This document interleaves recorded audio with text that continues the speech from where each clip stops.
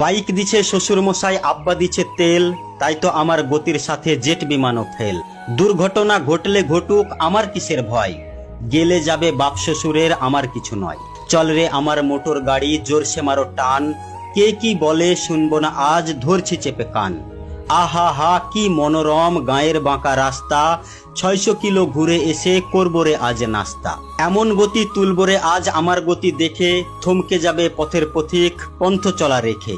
গতির চোটে কাঁপছে মানুষ, উড়ছে পথের ধুলো, চমকে ওঠে পথের ধারের বান্ধা ছাগলগুলো। গতি আরো বাড়িয়ে দিলাম, পথটা পেয়ে সরু, হঠাৎ দেখি সামনে আমার বিশাল বড় গরু। ধাক্কা লেগে হুন্ডা আমার পড়লো গিয়ে খাদে, আমার তখন হুঁশ ছিল না, ফিরছে দুদিন বাদে। দুদিন বাদে জ্ঞান ফিরলে চেয়ে দেখি ভাই, আমার যে 2 পা ছিল একটা সাথে নাই। সকল কিছু শোনার পরে চমকে গেল গা, বাইক নাকি ঠিকই আছে, আমার গেছে পা। আমার শখের বাইকে এখন অন্য মানুষ চড়ে, পা হারিয়ে কান্দি আমি বন্দি হয়ে ঘরে। ঘরে বসে ভাবি যদি পাটা পেতাম ফিরে, তিড়িং বিড়িং ছেড়ে আমি বাইক চালাতাম ধীরে। মনেরে বলি মন, যদি তুই বুঝতি দুদিন আগে, তবে কি তোর পা হারিয়ে পঙ্গু হওয়া লাগে।